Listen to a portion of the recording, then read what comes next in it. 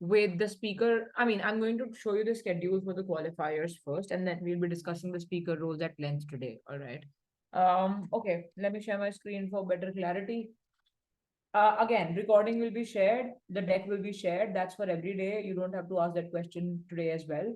It's the same for every day. You do get access to all of these things, okay? Uh, every day. So this is your schedule. Please have a look. 2:45 p.m. is when we're logging in and debaters briefing is happening. 3:30 to 4:30 is round one on the prepared motion, the first one. 5 to 6 is round two. 6:30 to 7:30 is prep time, and 7:30 to 8:30 is your round three WSDC, which is unprepared motion. This is not prepared, so I'll change it when we're sharing the deck. Give me 1 second.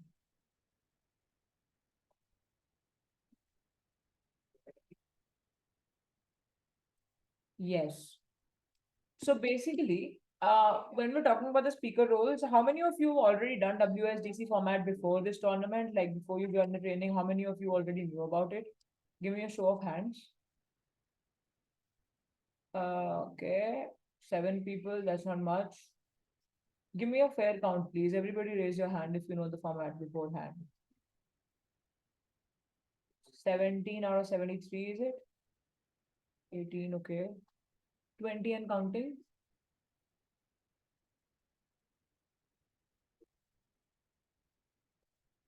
Okay, I think fair number of people then.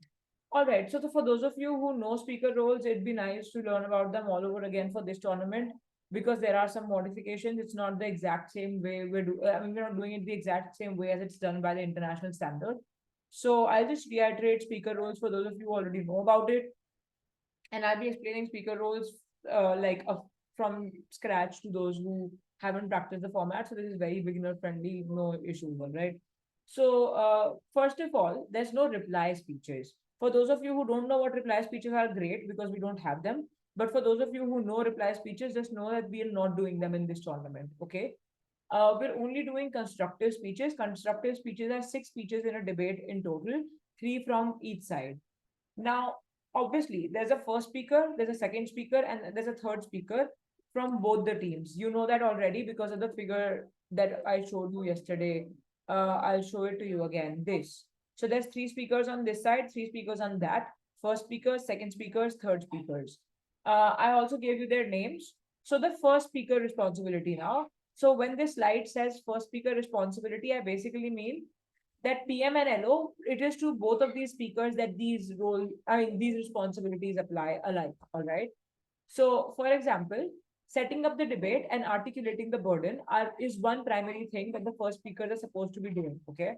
Now, what does setting up the debate mean? Think of it as like reading a novel, and when you just start with an introductory passage, because the novel more often than not does not start in the middle of nowhere. It tells you where it's situated. It gives you a preface. This is what's happening. This novel is situated in here. This is the era. These are the kind of people you will find here. This is what the novel is about, and then you dive into it. This means that you need some sort of like understanding of what you're getting into before you get into it. Is the same kind of thing with the judges in the WSDC format. The judges cannot just be thrown into a motion or into a debate, sorry, and they can't be expected to deliver a verdict without you specifying what you see the world as, who are the stakeholders in this world, and what do the terms in the motion mean. So basically, you have to first do a little bit of setup, right? So why are we debating on this motion? Why do you think this motion is debatable in the first place? What kind of problem do you think it's trying to solve in status quo? Uh, what are you trying to say, and why is it a better solution in the world that we're living in? So what is the context, right? So basically setup is the context. Now it could be a very, I mean, context is something that one can only do justice to in like multiple sessions. But if I were to in short explain what format means, it's answering these 3 questions. Okay, what does the world in which this debate is happening look like? That's the first question you answer. So the world we're debating in looks like a world wherein, let's say, people have access to social media all the time, which is why they're very impressionable these days. They also don't have like an adequate attention span, so on and so forth. So based on the motion that you have and the theme that you have, you have to define what does the world look like on your side of the house before debating on the motion.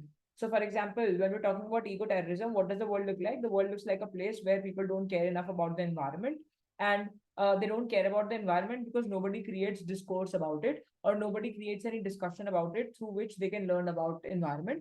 And this discussion is not created because the powerful people do not have any incentive to create a discussion. The media channels also only air things that get them like good TRP, which is sensational. And environment is not so sensational as a topic. That's why nobody chooses to talk about it proactively. And that is why we think eco-terrorism is the need of the hour. So you see what I'm doing? I'm telling you what the world looks like, so that my solution seems like a good option. Okay. So in what does the world look like? You're trying to create a need statement, and then you're trying to resolve that particular need by saying that look, we are able to cater to this world better. The world as it is right now, we are able to cater to it better. Opposition cannot. Okay. So this is the first question you answer in the setup as the first speaker. What does the world look like in which this debate is happening? The second question that you ask include in the setup is who are the stakeholders in this debate? Now, stakeholders are people. Okay, wait. If you have any queries, what do we have to do? Uh, okay, some parallel conversation again. So basically, uh, the second question you ask yourself is about stakeholders. Now, who are stakeholders? Stakeholders are people who are impacted by the debate, okay? Or what is like people who are mentioned in the motion sometimes, but sometimes stakeholders are not mentioned in the motion. For example, this house supports eco-terrorism. Now, this does not necessarily mention the stakeholders that this motion has. It does not mean that it doesn't have any stakeholders. Obviously, eco-terrorism impacts the society, so society becomes a stakeholder. Likewise, eco-terrorism itself is mostly practiced by environmentalists. So environmental movement, environmentalists in general become a stakeholder. And that's how you find your stakeholders, like who is impacted in this debate or who is concerned in this debate. Okay. Now, second thing that you do within stakeholder analysis is which stakeholder do you think is the most vulnerable who you seek to help on your side? Because it's good to help the most vulnerable stakeholder in your debates, because obviously if you're able to salvage the most vulnerable stakeholder, then you will also be able to do justice to the better off people, like people who are better off, right? So basically, we always look at the vulnerable stakeholder and try to make their life better on our side of the house in order to win the debate. Now, the third question that you have to answer in the setup then, and I know I'm going a little fast. I'll give you the space to ask questions, okay? But I don't want to like I want to have a rhythm when I'm explaining the setup, and I'll end once the setup is done. The third question that you ask and answer for the setup then is what do the terms in the motion mean? Obviously, you're not going to define every single term that makes the motion. You're going to define the most operative terms or the terms that you think are indispensable to the meaning of the motion, right? So, for example, in this house supports eco-terrorism, which term do you think you'd be required to define? Can you put it in the chat, please? Also, lower your hands I asked a question, it's done now, I have my insight. So, thank you for responding. But yeah, eco-terrorism. Okay, great. Let's do one more. Okay, this house regrets the glorification of motherhood. What are the terms that you have to define in this? There's not just see every motion doesn't just have one term. Yes, amog. Yes, I think the first right answer comes from amog. Everybody else is partly right because you're mentioning one word. So glorification and motherhood both become important because what you think glorification is might be very different from what Ob thinks glorification is. I might think that glorification is just me telling my mom that, hey, what you're doing is great, mom. I couldn't have done what I'm doing right now without you. For somebody else, glorification could be politicians going ahead and saying that women can be nothing if women have no value if they're not going to be, if they choose not to be mothers when they're adults or something, or like when they at some point in life, right? So glorification can be something as small as me appreciating my mom, but glorification can also be something as uh, controversial as a politician making these very like wild claims about how motherhood should be compulsory for everybody. So that's why you need to also define. Obviously, yes, I think Arnav asks a good question here. Can we define it in our favor? Yes. The entire purpose of like defining the terms is to define them in your favor.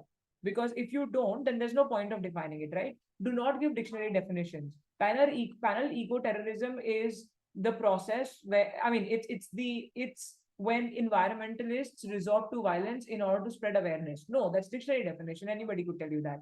What do you think ecoterrorism implies? What are the connotations of ecoterrorism? So for defining the kind of things that you care about is not literal is definition. It's about the connotation or implied meaning. Okay. If you don't know what implied meaning is, basically implied meaning is when let's say a flower, okay? A flower, obviously, if you define it by dictionary definition, I don't even know how to do it, but now you're going to say that, oh, there's petals, there's like something in between, and that's how you define a flower. I don't know how the dictionary defines a flower, but very technical, right? But when you define it in terms of connotation, a flower means something else when you take it to a funeral as part of in your bouquet or whatever, because it's a practice, it's customary in a lot of cultures. And a flower means a completely different thing when you take it when they are in a bouquet which you take to a wedding, right? To a person, to somebody who's getting married. This means that the connotation of the flowers keeps changing as you change the context. This is why you define terms in the motion as the first speaker. You need to tell me what glorification means in this context. Because in general, what glorification means, I already know. Everybody knows the meaning of, I mean, everybody knows what parents mean, right? Like who are parents. But in the context of emotion, who do you think these parents are? That's what matters, and that's how you're supposed to define it. What if the LO says our definition is biased because we define it in our favor? Okay, this is a good question too. What if your LO comes and says that, look, your definition is inadequate, we don't buy it? Then LO can contest the PM's definition. If PM says that, look, parents are always great actors, and we define parents as people in your life who will always be well-meaning, who will never do anything wrong to you, and who you can trust blindly. Opposition can come in and say, hey, we want to counter this definition part because we think that yes, more often than not, parents are good, but we also want to keep in mind the kind of parents who become like uh, a problem to their own kids because they're conservative and whatnot. Do you get it? So basically, LO can come in and contest your claims. And then the judge will decide whose claims are more likely, whose claims are more like, let's say, credible and better analyzed. And that's how the definition challenges one by one of the two sides. Okay. Um, I'm going to not take any questions about theme because you'll have to watch day one recording. This is not the class for that. But if the dictionary definition supports my side, then I can use it. Yeah, you can use it, but dictionary definitions don't support your side per se. It's I don't know. I mean, maybe if you give me an example in the chat, but yeah, I mean, if you think it supports you, well and good. And not only use but also target the opposition for using a personal definition and not a commonly accepted. No. You can't target somebody for not using dictionary definition because that's exactly what they're expected to do, not use it. This will be decided by us or you that we will talk regarding the topic in yeah, it'll be decided by us if you go for or against. What if the yellow says a definition is biased because we define it in our favor? Yeah, obviously it's biased. You're supposed to be biased. I mean, that's not an issue. Does context mean the world in which we envision the debate in? Yes, precisely that, yes. But there are no reply speeches, and how can we claim or question the other side's facts? In your speeches, even deputy speakers can do it, third speaker, second speaker can do it. It's not always the reply speech that is needed for that.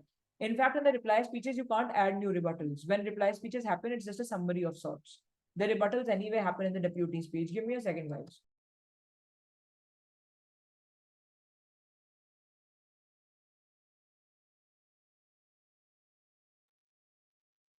So basically, setup is that. I think we've spent a lot of time on setup, but okay.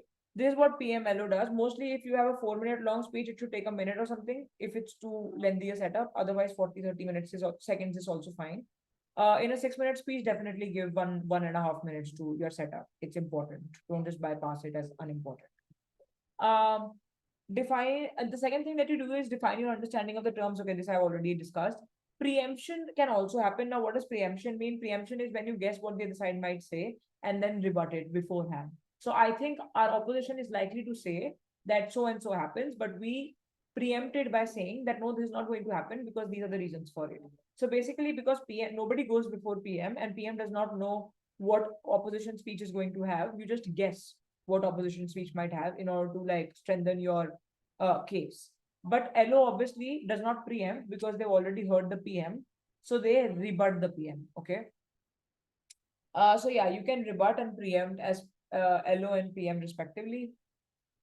Introducing the arguments to be forwarded by your teammates. Now, the last point is important, okay? So once you've done the setup, the next important thing you are expected to do as the first speaker is introduce all the arguments that your teammates are going to share. Not one argument, not two arguments, all the arguments that you're going to make. So if your entire team is going to make three arguments, the first speaker should at least mention what those three arguments are going to be. Don't keep the judges in the dark. Just clarify what all is going to come in your three speeches in the first speech itself. It is okay if you're not able to give a proper analysis to all of these arguments because you run out of time. You can say we will be making these three arguments, out of which these two I am analyzing. The third one I will not have the time to analyze properly. So I will just start it and my deputy speaker will take it onwards. That you can do. But you cannot just say that I will cover one argument, my second speaker will cover another argument, and the third speaker will cover third argument. That's not how WSDC works. Okay. So basically, setup plus all the arguments is what Prime Minister LO, the first speakers, do in general. Over and above that, you can preempt and rebut. That's for first speakers. Now, let's move to DPM DLO, which would be the second speakers on both the sides. Okay. Now, what do you think? You're okay. I've done multiple classes on this, and I think like I said yesterday also, I have some familiar faces here. So for those of you who've been here before, can anybody guess? I mean, I've already always tell you that deputy speech is about the 2 hours. Can anybody guess what those 2 hours are? I mean, obviously, this is a very specific and a tough question, but I just want to see if also you can guess because this is very common. I think a lot of people tell you. Yeah, okay, good. Okay, great. Yes, rebuild and rebut. So basically, you're supposed to rebuild, as in your first speaker shares a case, and then it is under attack because the other speaker has gone after your first speaker. Now you need to salvage the first speaker's case by saying that look, it might have come under attack, but we think this attack is preposterous or meaningless for so and so reasons. Basically, rebuilding is when you say that our claim matters and look, I will add value to it to help you understand it better. So let's say your first speaker makes a claim, okay, and you think that claim needs more analysis in order to stand in the debate. You give it more analysis, you add value to it. Value addition can happen in the form of new analysis. It can also happen in the form of new argument, but in deputy speech, mind you, not whip. New argument. It can happen with new examples. Do whatever. Just extend your case. Elongate the argument in order to make it seem credible enough. That's rebuilding. Now, rebuttals obviously is you citing the problem with the other side's case, actively attacking them, not them. Like you don't attack the person, you attack the argument. That's always a ground rule. But attacking their arguments is what I mean.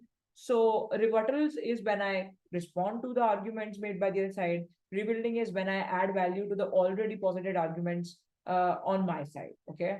So that's what DPM DLO does. I think very easy. The previous speeches are like very free flowing. You don't have a very strong structure. A question I oftentimes come across is, ma'am, should I start with rebuttals or rebuilding? Well, it completely depends. There's no answer set in stone for this, right? Because sometimes if your team's case is falling weak because your first speaker, I mean, I don't know, because their first speaker was great and they literally took down your first speaker's case, then you might have to do a lot of active rebuilding first because your first speaker's case has been taken down efficiently. But if the other side is very unresponsive to your case and they're only making their case without talking about yours, then you don't need to do rebuilding as much, right? Because your first speaker was good, they covered everything. Your case still stands because nobody rebutted it from the other side's first speech. What you can do then is you can choose to rebut first and rebuild later. So it's about prioritizing what's more important depending on what the other side has done in the debate. So you can prioritize. Like I said, deputy speeches can be very free flowing. There is no set structure. But in the first speech, I expect a set structure. Like framing or setup has to come first, argument second. If you do arguments first and then framing is all over the place or setup is all over the place, then it will make less sense. But with deputy, you can be flexible in structure. Now, government whip and opposition whip, the whip speakers, the third speakers. Now, by the time it's your chance to deliver your speech as third speakers from the team, a lot of the debate has already happened. Okay. 4 speeches have already happened, 2 from your side, 2 from theirs. Most of the debate is done. What you're supposed to do in the third speech then is you're supposed to understand what they said, what your team said, and what are the common issues that both the teams talked about. Then you use those common issues to explain why you dealt with those common issues better, and that's why you win that particular clash. So clash is basically when both the sides talk about a common issue and they fight over it. And then the person who wins the clash is also generally who wins the debate. Like a person who wins the maximum number of clashes or the most important clash is the person who wins the debate. So on whip as whip speaker, you're supposed to say, okay, this is what we said about, let's say, parent-child relationship, and this is what they said about parent-child relationship. We think parent-child relationship is better on our side for so and so reasons, and it's worse on their side for so and so reasons, and that's why we take the debate. So basically, whip speakers are supposed to compare the two sides and prove that they are better. Which is why the first point under whip speaker says that you are supposed to give a biased adjudication. Can anybody explain or guess what biased adjudication is in this case in the chat?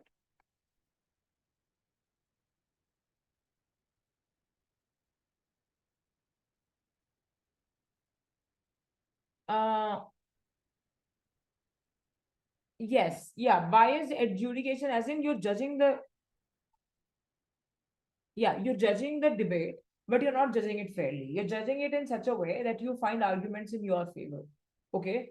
Or that you find ways of saying things that make your side seem like the winning side. So it's a slightly, yeah, so you have to, so your responses and everything has to come together. It has to be a synthesis. It has to be a summarization of sorts, which makes your case even more convincing than it already is. Okay.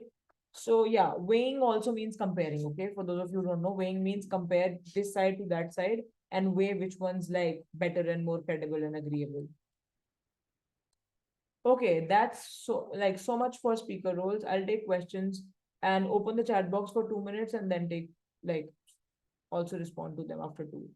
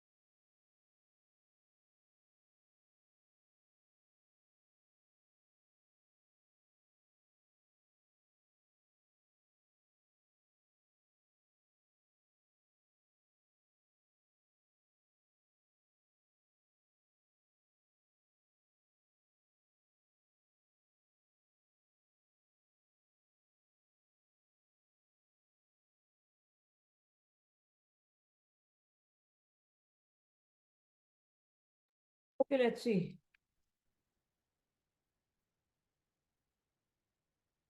POIs are not discussed yet. I will shortly. Is there a leader of the two? Wait. Just give me 1 second. Which speaker introduces stakeholders and how? First speaker introduces stakeholders, and in the way that I specified earlier in the class, please watch recording. Is sarcasm appreciated or considered informal? I mean, sarcasm is unnecessary, is all I can say. So it doesn't get you marks. It wastes your time, which is anyway limited. So like don't do it if you don't have to. How can we make a definition better than the opposing side? Well, by thinking and then writing things and have like layering it by not just doing the dictionary definition, by doing more quantitative understand like analysis of the terms. Does humor and satire gain you more marks? Not at all. It's purely how much sense you make. It doesn't matter how much flair your language has, how writerly you sound, doesn't matter. It matters how meaningful your sentence, I mean, your content is. So the whip is giving a reply speech rather than the rebuttals. No, whip speaker can rebut. The only thing whip speaker cannot do is share new arguments. New arguments are not taken into consideration by VIP speakers because they're supposed to compare, weigh, judge in a biased way. They're supposed to give new examples, new rebuttals, new analysis, everything, but not new arguments.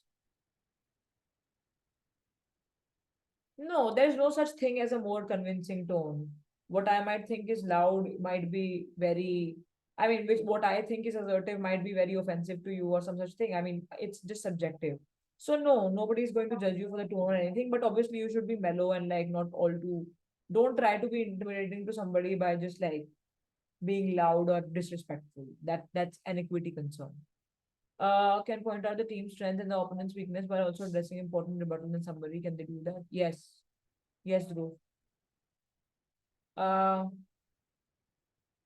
no, no new arguments, Kapish, for third speakers, from third speakers. Will there be a leader in each team? Okay, Aradhya Yadav, very important question. Will there be a leader in each team? Please no. So leader, you mean I decide, everybody else follows? That's never a good thing. You're a team of three. Everybody is equal. Everybody's here to learn. Everything has to be done by consensus. If all three of you are like decide on the speaker roles, then it's fine. But if one person is calling the shots, that's not fine. Everybody better have equal space in the team, please. So the government opposition whip is giving. Okay, this is done. Humor satire. No, no humor satire, guys. Let's not answer questions. Third speaker, can we follow the logical thread? Yeah, you can, Janab. Yes, you can. You can also add to it with new examples, new analysis. You can't just introduce something new altogether. POI is Avilarohi is sarcasm. Okay, again sarcasm. Okay. I'm looking for new questions. Okay, just give me a second.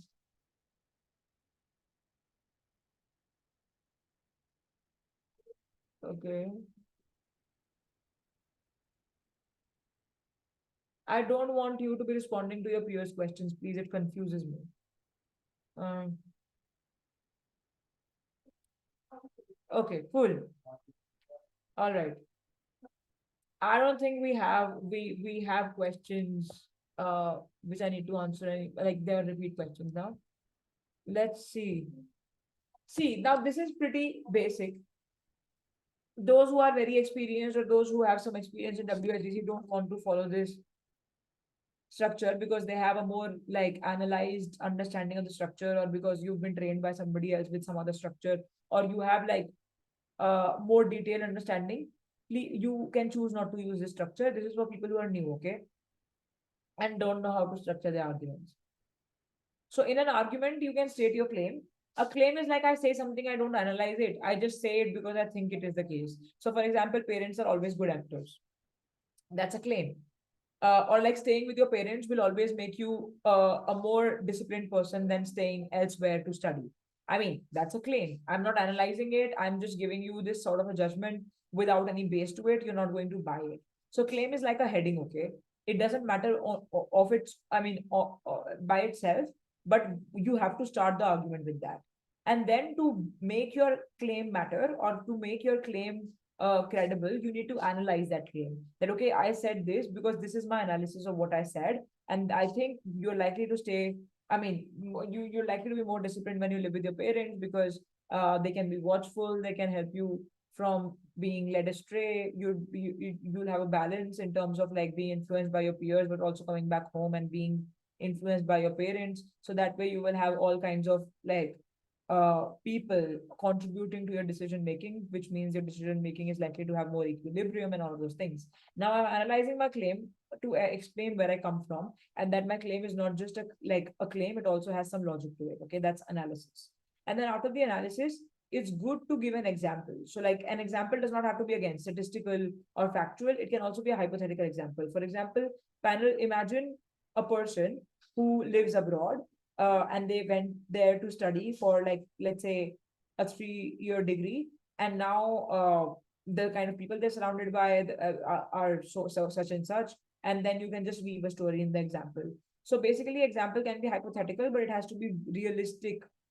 Hypothetical does not mean you say that oh, a person can study abroad but also can stay with their parents. That's like impossible.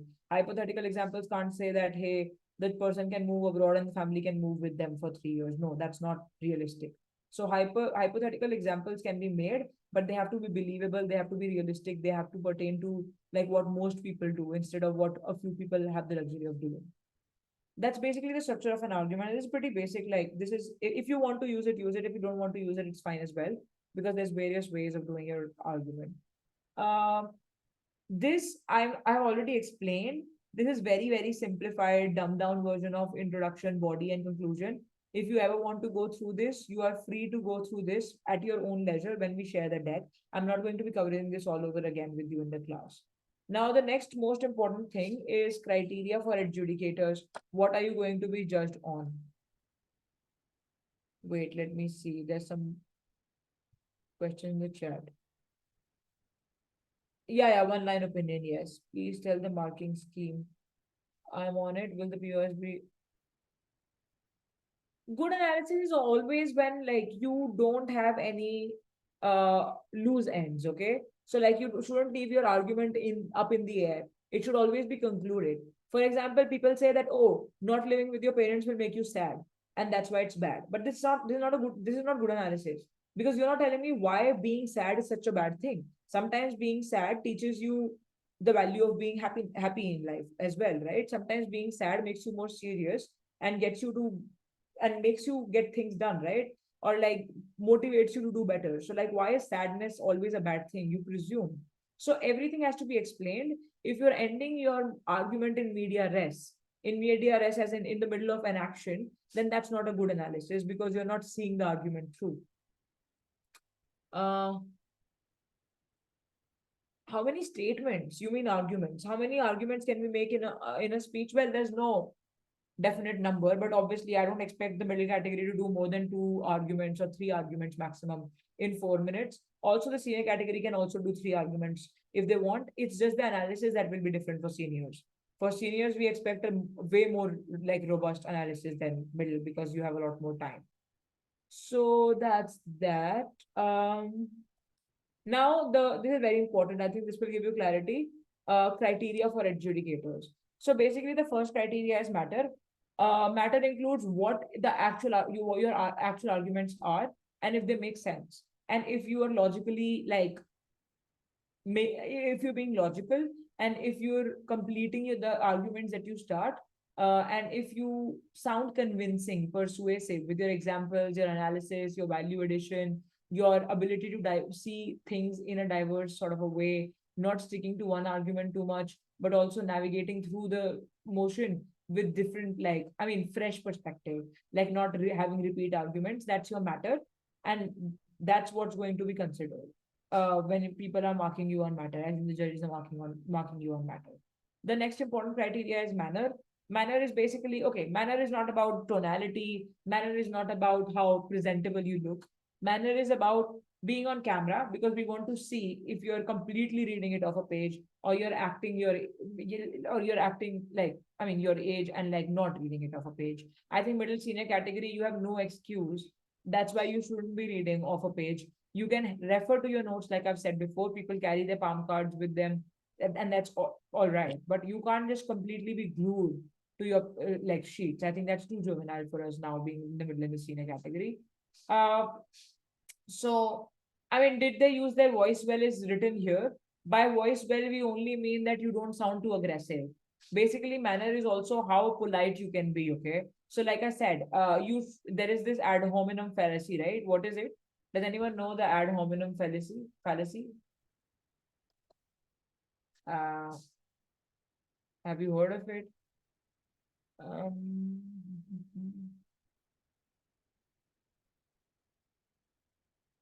ad hominem. Uh, okay, I don't think if you've heard of this, it's fine. See, basically, this is when you attack the person and not the argument. So, for example, it's instead, I think somebody said it. Yeah. Attacking the person as in, if I don't like somebody's argument, I say, okay, this person is silly or this person doesn't know what they're saying. Now you're attacking the person. You're not attacking their argument. It is discounted. First of all, it's not appreciated. But secondly, it's not like you'll be unmarked for manner if you continue to do that. if you continue to say stuff about your opposition members. This looks like saying, hey, we expected better opponents, etc. No, nobody wants to know how great you think you are. Just rebut the other side's argument and don't make anybody feel small. So that's part of manner as well.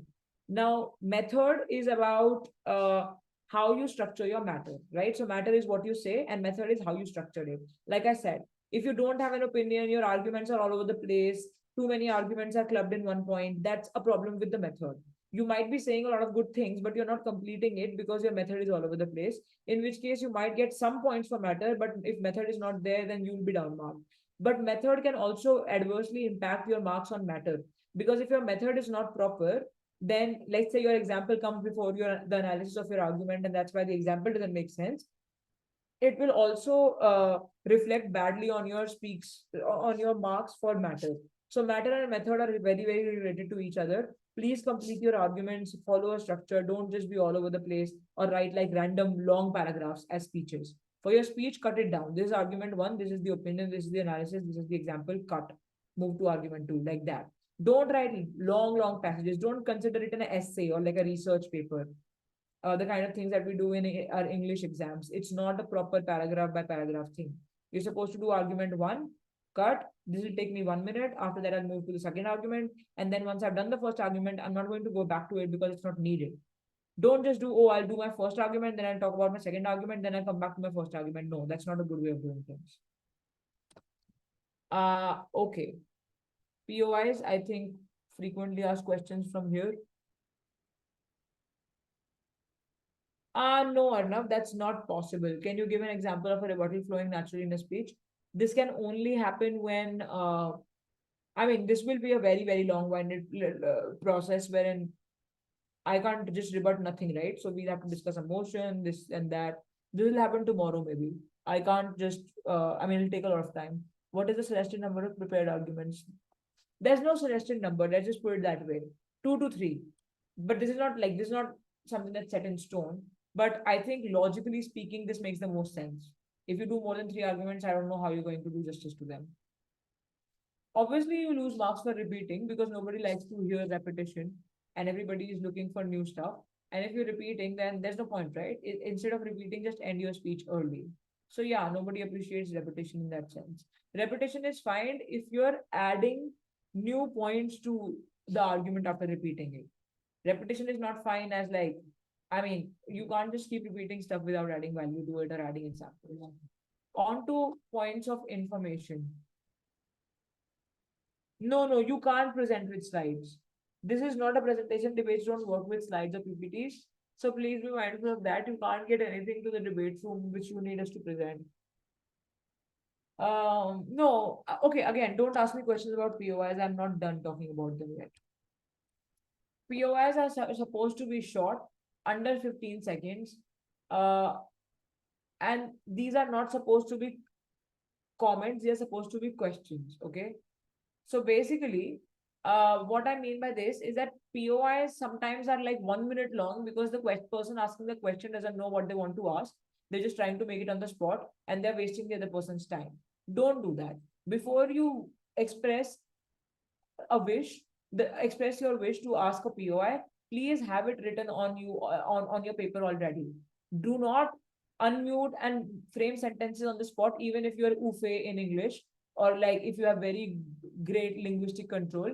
Because the problem is that if you don't ask it in under 15 seconds in a crisp manner, first of all, your POI loses any impact it was going to have. But secondly, it will eat into a lot of the speaker's time. Now, why am I saying that? I'm saying it because POIs in this format are not asked before or after the speech. POIs in this format are asked during the speech. So let's say I'm delivering a speech, it's 4 minutes long. The first minute and the last minute of my speech, nobody can ask me a question because that's my time to like introduce and conclude my speech.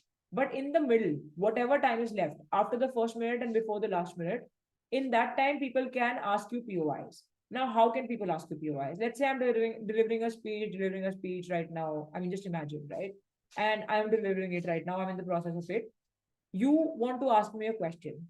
You will write in the chat the 3 letters only, POI. I don't mean to say you will write the entire question that you want to ask.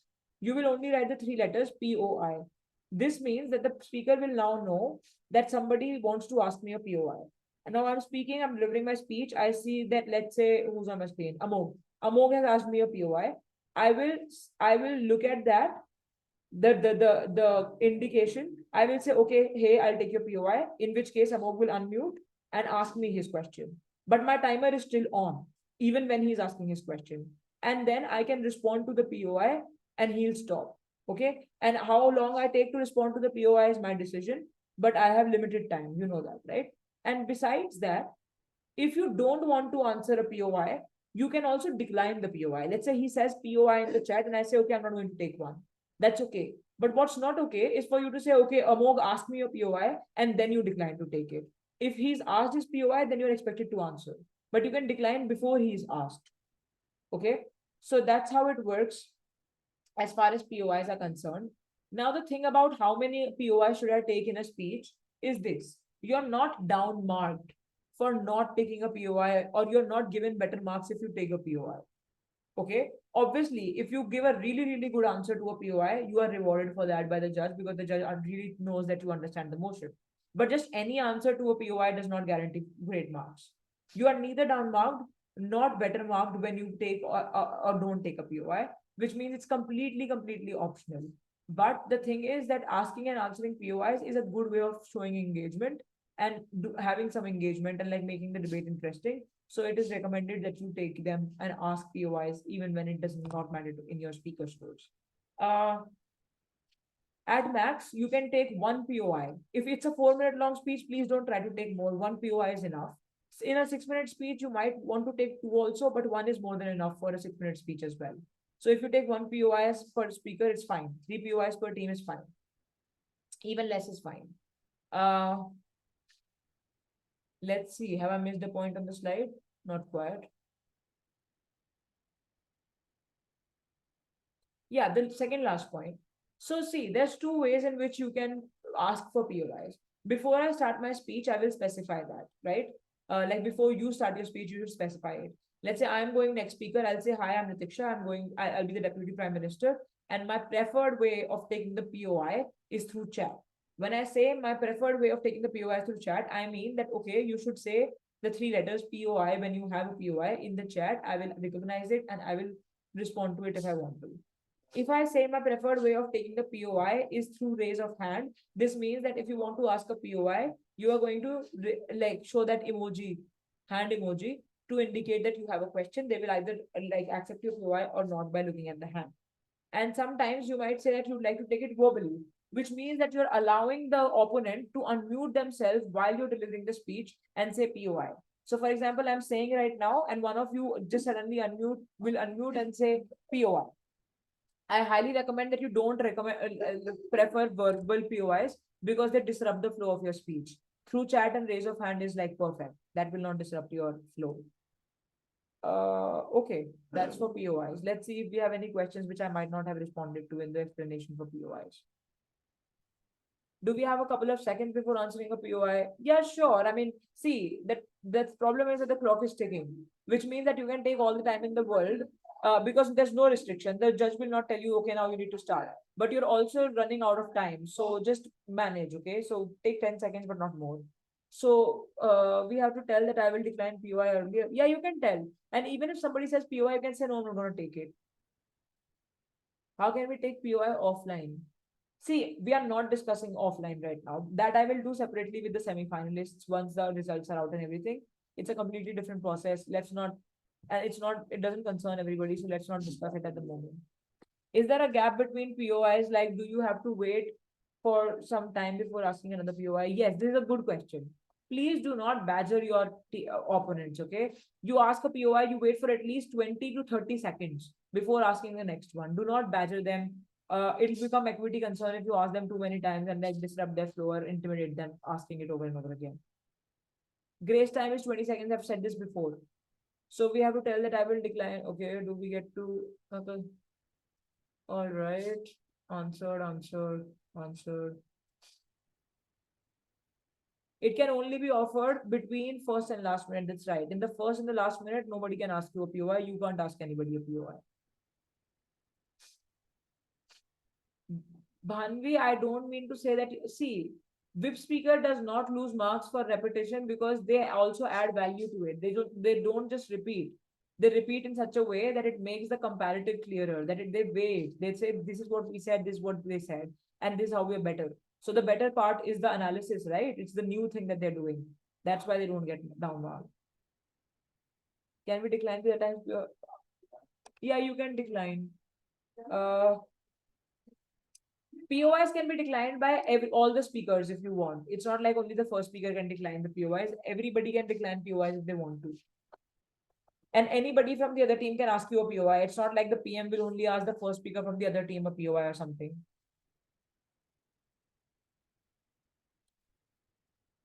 Okay. I think so much for POIs. Now the equity rules, which I don't, you can also just read them by yourself when you have the deck, but just for you to know so that nobody says that, oh, I didn't even know this was a thing. Equity officer maintains discipline during the tournament to make it inclusive for everyone, to make it a safe space.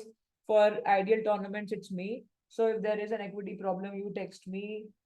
And equity is basically when you're not feeling like, well, I mean, see, this is for you. This is when in the debate room, there's something happening which makes you feel like it's not proper, right? So somebody saying some actively like targeting you as a person and not your argument, etc. If you feel unsafe, etc. But don't overdo it, right? It's not your way of getting out of like debating or like getting the verdict toppled. A lot of people use equity to say that, oh, the judge didn't judge well. Can you please give us a rematch? That kind of grievance equity is not for. The judges are very, very qualified people, which means that you don't get to question their verdict and say, oh, I was discomforted by the judge's verdict. No, obviously, you're going to be discomforted by the judge's verdict if you're losing, right? So you need to just be mindful of the fact that there is a difference between feeling discomforted and like annoyed because you lost.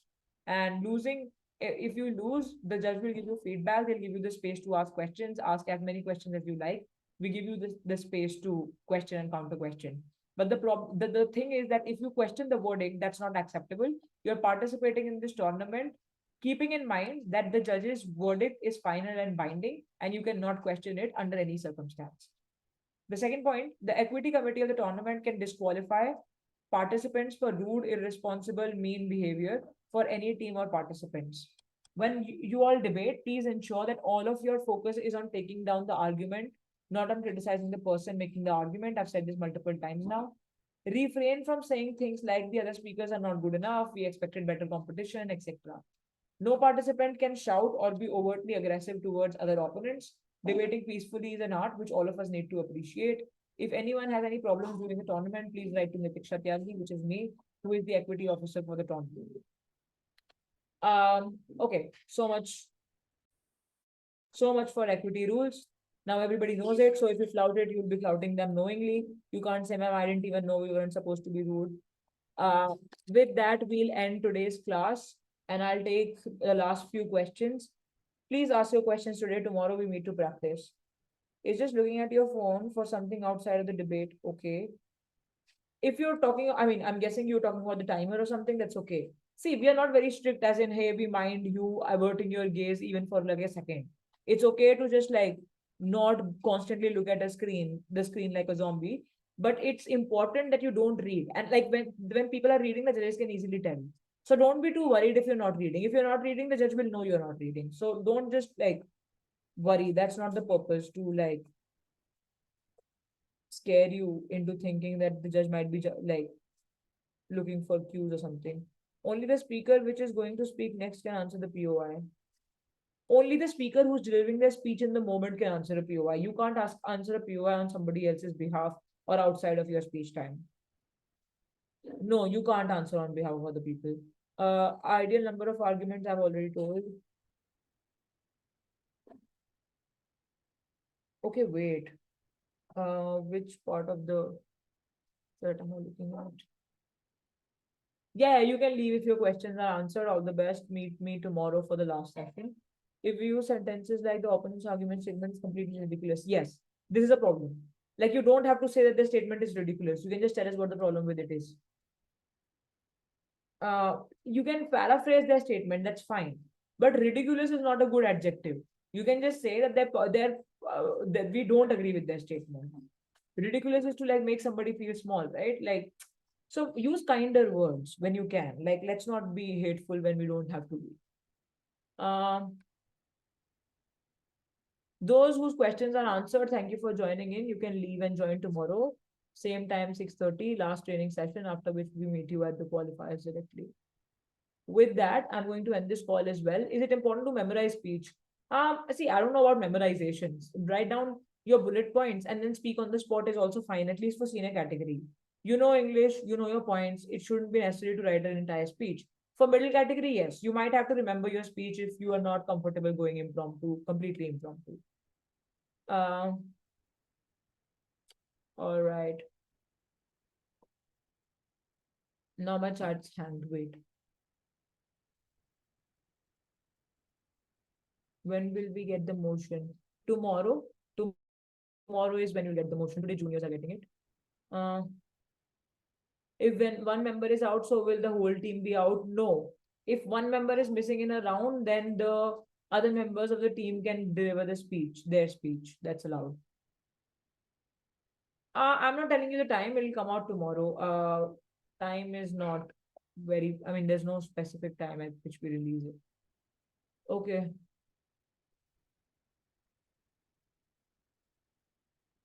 we're done. We're done for today. Thank you so much for joining in. I'll see you tomorrow.